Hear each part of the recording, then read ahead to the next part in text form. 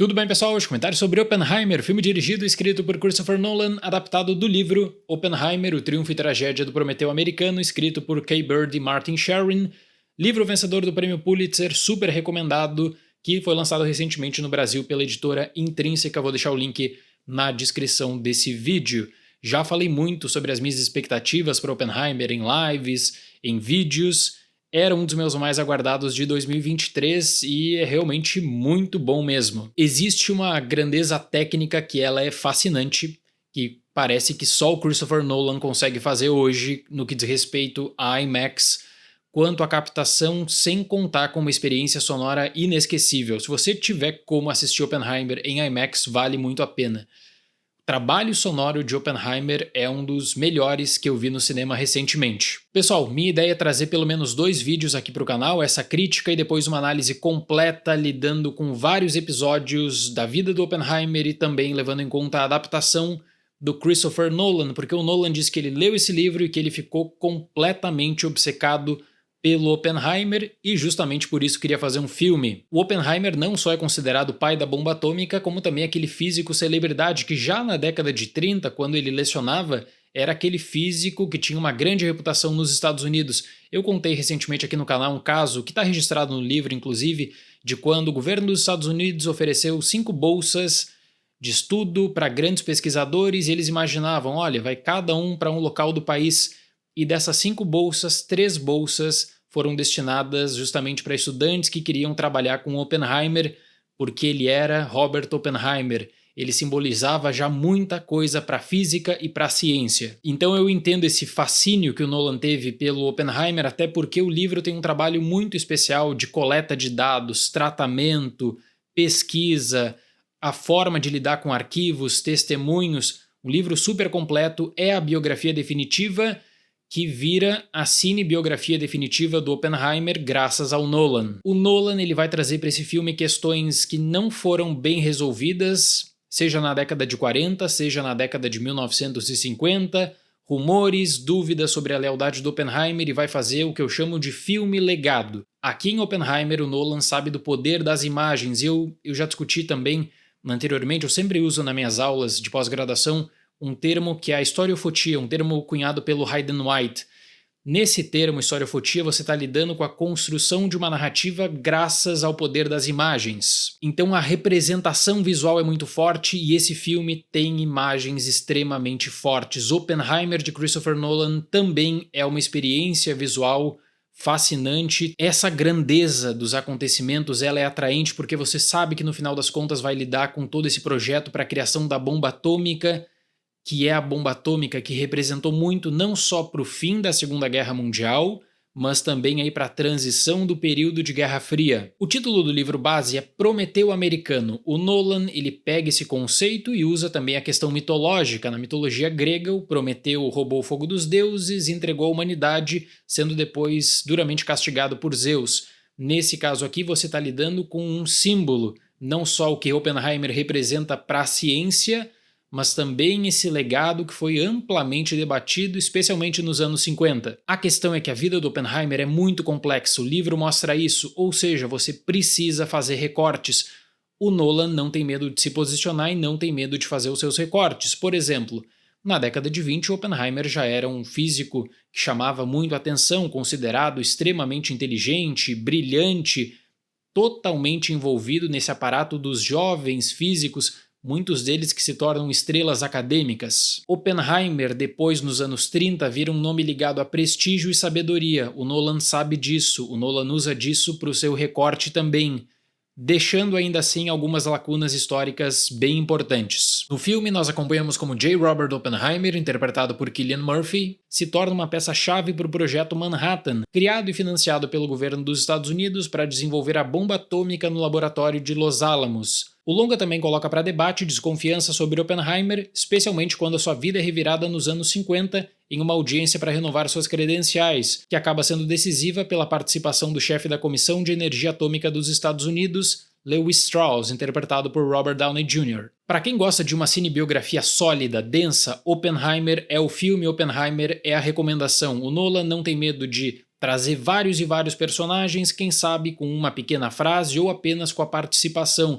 de que você está vendo um físico importante nos anos 30 ou um militar extremamente importante nos anos 40. Nós estamos lidando com complexidade do período da Segunda Guerra Mundial, a ameaça nazista e a transição para o período da Guerra Fria, depois com a ameaça comunista e como tudo isso toma o imaginário dos Estados Unidos. E um recorte que eu respeito muito feito pelo Nolan é o de não fazer de Oppenheimer um filme totalmente envolto em um cenário caótico da Segunda Guerra. Se você quisesse escorar em datas e em um avanço cronológico, não vai encontrar isso aqui.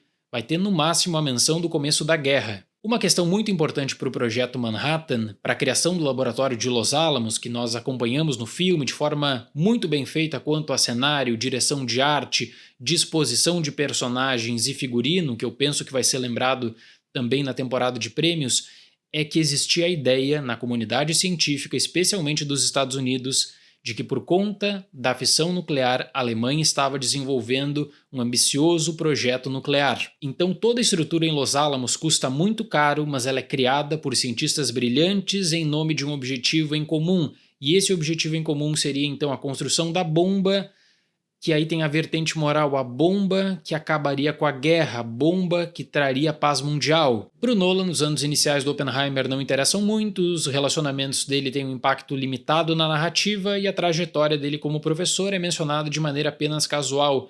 E eu fiquei um pouco frustrado pela forma como Nolan optou por desenvolver os romances do cientista. A Jean Tatlock, por exemplo, que é interpretada pela Florence Pugh, uma atriz que eu adoro, gosto muito mesmo dela. A Jean Tatlock foi muito importante na vida do Oppenheimer. No filme, a Jean Tatlock ela é explorada apenas como aquele interesse romântico do Oppenheimer, só que, na verdade, ela foi quem colocou Oppenheimer na vida política. Ela apresentou Oppenheimer para círculos de esquerda. Até os anos 30 existia a visão de que o Oppenheimer era brilhante como físico, sabia muito da história, gostava muito de ler sobre todas as áreas do conhecimento, mas ele não gostava de se posicionar em questões políticas. A Jean Tatlock muda isso, mas infelizmente isso não é bem desenvolvido no filme.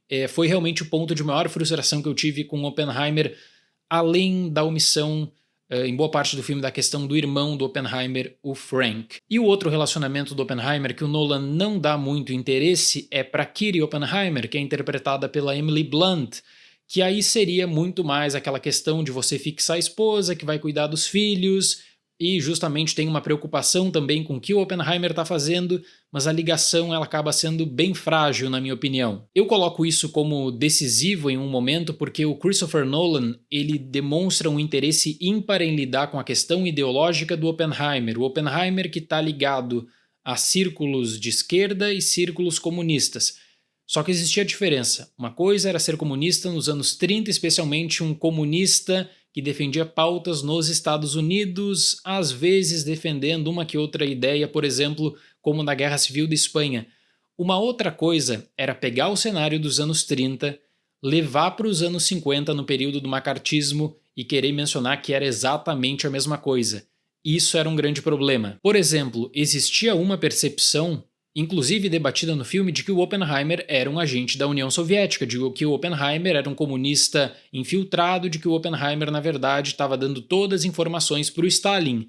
Muitas pessoas acreditavam nisso. Para quem se interessar por mais questões quanto ao debate político, eu vou deixar para o vídeo complementar em que aí eu vou estudar o processo de adaptação desse livro, tá bom? O trabalho de fotografia do Hoyt van Hoytema é brilhante e existia um aparato em IMAX espetacular para captação que realmente me surpreendeu, e olha que a minha expectativa era enorme. O fator mais decisivo para mim é que o Nolan começa a criar expectativa para um grande momento e esse momento é espetacular. O trabalho sonoro de Oppenheimer é fantástico, mixagem, edição e trilha sonora é realmente aquela experiência para a sala de cinema que a sala de cinema com uma boa qualidade faz toda a diferença mesmo. O filme tem uma formatação especial também em que o Nolan roda cenas em preto e branco e a cores. São perspectivas diferentes quanto à abordagem do texto, porque a cores você tem uma perspectiva do Oppenheimer, o Nolan sobre o Oppenheimer em primeira pessoa, e em preto e branco uma visão diferente, em um cenário que envolve especialmente o personagem do Robert Downey Jr. com o cientista.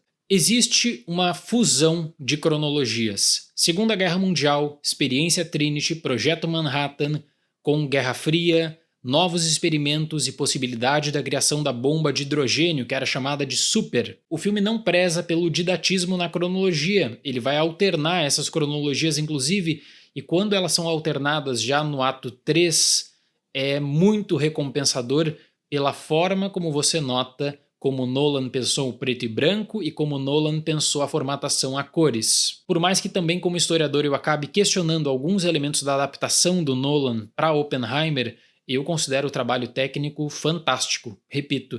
E a questão da cronologia, desse trabalho com a montagem em que você está observando também o pensamento do cientista, é muito bem feito. Só que parece que para o Nolan criar picos de tensão ele não pode só contar com Oppenheimer e uma perspectiva da bomba atômica, porque só isso não seria tão chamativo. Então quais personagens que ele vai usar? Ele vai usar o Niels Bohr, interpretado pelo Kenneth Branagh, um cientista também super reconhecido, que acaba sustentando dois momentos diferentes. Ele vai chamar o Albert Einstein, interpretado pelo Tom Conti, em que o Nolan praticamente diz o seguinte: peço licença ao espectador, vou deixar de lado nesse momento o Albert Einstein histórico para trazer o Albert Einstein para reforçar pontos da narrativa de Oppenheimer, o filme. Além disso, tem a participação do Harry Truman, interpretado pelo Gary Oldman, menções a outros cientistas, políticos, cientistas que aparecem, políticos que aparecem apenas em uma que outra cena. Isso tudo gera impacto para a narrativa e, como eu disse, esses picos de tensão que acabam sendo de muita importância para um longa de 3 horas de duração. Quanto às atuações, eu já tinha uma boa expectativa quanto à escolha do Murphy para interpretar o Oppenheimer, que foi uma decisão certeira. O Oppenheimer, a partir de 1949, ele tinha um olhar meio estranho, meio triste, e o Murphy consegue lidar com essa tristeza, essa confusão que parece que existia do Oppenheimer também, em que ele vai começar a questionar algumas histórias do passado. É o peso de ter sido o criador da bomba atômica, o pai da bomba atômica, mas não só pelo prestígio acadêmico, pelo reconhecimento, mas também pelo peso das mortes, pelo peso da destruição. O Nolan capta muito bem a confusão mental e o Murphy, como ator, tem uma atuação excelente. E aí vem aquela menção ao texto do Bhagavad Gita, que é aquela frase icônica, célebre, muito articulada ao Oppenheimer também em documentários, livros. Aquela frase: agora eu me tornei a morte, a destruidora dos mundos. Eu já tinha então uma boa expectativa para o ator protagonista, mas eu fiquei muito surpreso mesmo com a participação decisiva do Robert Downey Jr. nesse filme, e como a atuação dele nesse filme também é muito boa para sustentar o arco final. E eu até acho que o arco final de Oppenheimer, para alguns, pode ser um tanto quanto proibitivo se você não está completamente envolto nessa grande discussão histórica que o Christopher Nolan propõe, que por vezes não é feita de maneira fácil. Ele não vai te fixar data atrás de data, ele não vai te fixar uma cadeia de eventos. Você tem essas narrativas que são narrativas articuladas, cores, preto e branco. O Robert Downey Jr. está muito bem mesmo, é uma das grandes atuações da carreira dele. Bom, agora vamos para a discussão moral sobre a bomba, que era um ponto que eu colocava como um ponto de interesse para Oppenheimer, que o Nolan precisaria se posicionar também. O Oppenheimer, em um momento da sua vida, dizia que ele acreditava que ele tinha sangue nas mãos porque ele era o pai da bomba atômica, mas a bomba atômica acabou gerando milhares de mortes, destruição e um medo permanente na humanidade, em que a gente pode ver em qualquer cenário de guerra. E se o país X jogar bomba atômica no país Y, o que aconteceria? Fica aquela questão pesada também. É um legado da Segunda Guerra Mundial, é um legado de uma criação do Oppenheimer. Nesse fascínio que eu observo do Nolan pelo Oppenheimer, ele tenta trazer uma empatia pelo Oppenheimer, ele tenta trazer uma visão de que a partir de 1947, 48, o Oppenheimer estava diferente, o Oppenheimer estava mais preocupado com a mediação da paz, com a corrida armamentista. O Oppenheimer não era aquele homem que estava voltado, por exemplo, para a criação de mais uma bomba de hidrogênio. São argumentos que você pode utilizar numa discussão histórica que eu considero, da maneira como foram dispostos, que o Nolan foi um tanto quanto seletivo para reforçar o seu ato final. A discussão moral do Nolan, ela está presa no seguinte cenário. O Oppenheimer criou a bomba atômica, só que o Oppenheimer não dá as ordens para jogar a bomba atômica. Quem dá as ordens é o presidente Truman, então o sangue, de fato, estaria nas mãos da administração Truman. Experiência Trinity, 16 de julho de 1945, marca o auge do Oppenheimer, depois é uma discussão diferente, é uma discussão política. E aí o Nolan faz isso muito bem com uma construção visual que eu repito, só rende elogios, é fascinante, vale a recomendação, é muito, mas muito boa mesmo. Pega aquele conceito que eu falei da historiofotia e você tem essa aplicação quando nota que Oppenheimer vira esse filme legado não só para o cientista, mas também para uma representação da bomba atômica, porque o Nolan, ele cria esse cenário magnânimo. Eu vou deixar para falar mais sobre o discurso político no vídeo seguinte, mas o Nolan, ele acaba entrando naquela questão do IC, e que você não pode jogar na história com um IC. Muitas pessoas vão perguntar, será que era necessário mesmo jogar bomba atômica no Japão? E você está lidando com um IC e o IC na história não existe. A questão é, o discurso para jogar bomba atômica é de que você precisava, de fato, jogar bomba atômica para salvar vidas e ninguém questiona isso. Alguns cientistas eram contra, até pressionaram Oppenheimer, mas o poder de decisão do Oppenheimer está limitado. Então aquela história do sangue nas mãos é uma questão importante quanto à moral, a discussão do peso, da ética e também da política. Quem gosta de cinebiografia vai ter um grande filme, sem sombra de dúvidas. Quem gosta de filmes históricos, é um filme histórico que cumpre as expectativas, que não é o meu favorito do Nolan. Eu gosto muito do Nolan como realizador, porque o Nolan ele usa o que eu chamo de algumas zonas de refúgio. O Nolan ele vai precisar lidar, em alguns momentos, com personagens-chave para engrandecer a história do Oppenheimer, em momentos que ele abusa até da seletividade. Experiência sonora, fotografia, design, figurino, tudo de primeira, vale a pena. Para Oppenheimer, nota 8.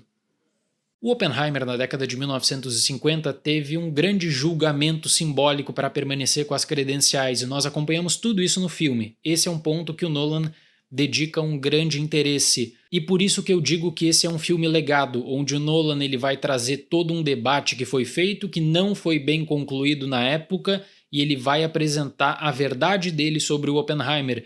Ele até poderia ter feito um adendo que o Oppenheimer esteve em discussão justamente do ano passado, com um reconhecimento do presidente Biden de que aquele tratamento que o Oppenheimer teve na década de 50 não foi o tratamento correto. Vou deixar mais para falar sobre isso no próximo vídeo. É um filme que gera muitas coisas, eu selecionei alguns tópicos aqui para essa crítica, acho que consegui lidar com todos eles e tem vários outros tópicos para um vídeo complementar: Alemanha, política, comunismo, Guerra Fria, etc. Vou deixar o link no comentário fixado assim que publicar essa discussão complementar. Certo, pessoal? Muito obrigado pela atenção, até mais e tchau!